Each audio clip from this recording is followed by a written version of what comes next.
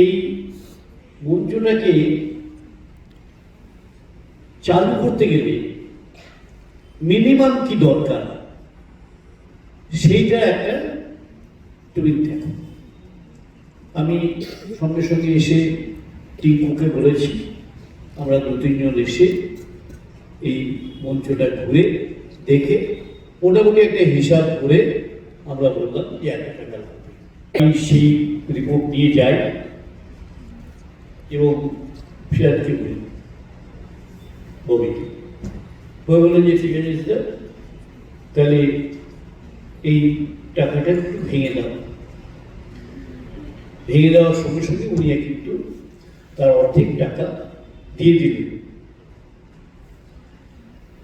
পরের বার আমরা যখন গেলাম যে আমার যে অর্ধেক টাকা বাকি আছে সেটা দাও,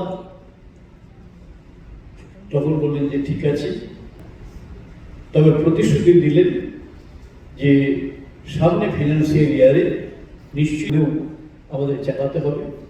এবং বলে দিয়েছিলাম যে কিন্তু টাকাটা যেভাবে হোক 17 ইঞ্চি দিয়েও কিন্তু ডিসেম্বরের মধ্যে উদ্বোধন করতে হবে।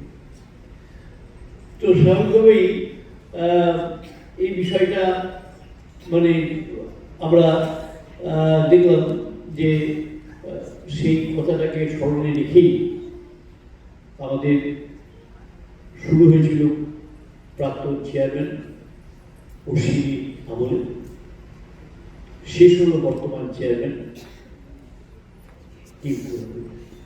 এটা একটা নিশ্চিত প্রাপ্তি রামপুরহাটের মানুষের পেতে। এবং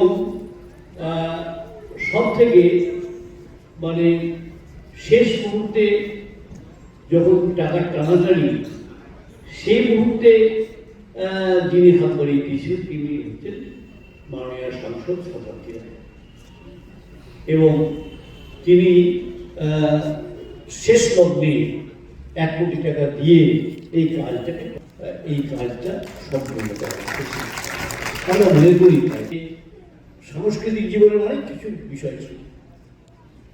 একটি আমাদের সাংবাদিক বন্ধুরা বারবার এটা অবশ্যই বড় উপায় নাই যে নানা খুঁজা দিয়েছে, এমনকি মানে এই উদ্বোধনের আগেও একটা সংশয় ছিল যে উদ্বোধন হবে কিনা, সতর্কী পাবে কিনা। আবার তো একজনের বিয়ে ঠিক হচ্ছে, বিয়ে ঠিক হয় ততবার তার বিয়েটা ভেঙে যায়, কেউ হোক তার বিয়েটা। তারপরে তার বিয়ে ঠিক হলো,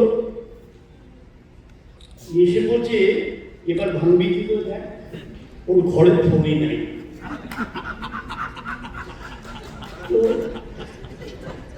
স্বাভাবিকভাবেই আমি বলছি যে এবার লিখিটা দেখ।